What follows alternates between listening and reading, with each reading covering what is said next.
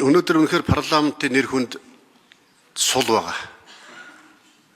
Энэ юутай холбоотойгоор парламентын үйл ажиллагаа зохион байгуулалттай холбоотой. 2020-24 оны парламентыг харьцуулахад өнгөрсөн 2 жил 24-өөс 26 хүртэл бидний баталсан хууль 20-24 онд баталсан парламентын хуулиудын 10% нь хүрэхгүй байна.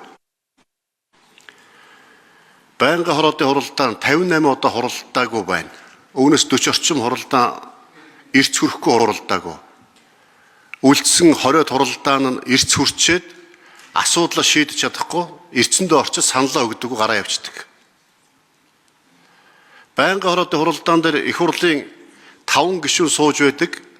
Засгийн газраас 50 удаа албаагч ирээд хүлээгээд өдөржин хүлээгээд ингэ явж идэг. Иймэрхүү үйл явдлууд ч одоо үндсэндээ парламентын нэр хүндийг унгаагаад байна шүү дээ. Энийг хэрхэн яаж шийдэх? Бид өөрсдөө эхлээд нэг дээрээ суудлаа олохгүй бол доороо гүйдлээ олохгүй гэж өөрсдөө бусдад үлгэр дуураалтаа, манлайлалтаа, хүлээн зөвшөөрөгдөхүйц байдалтай ажилладаг болчоод засгийн газартаа, ард иргэдтэй бусдад байгууллагуудаа шаардлага тавьдаг бидэн шиг ажиллаач гэдэг болмоор байгаа. Тийм болохоор эхлээд өөрсдөө дотоод асуудлаа зохицуулъя гэдэг юмуд орж ирж байгаа.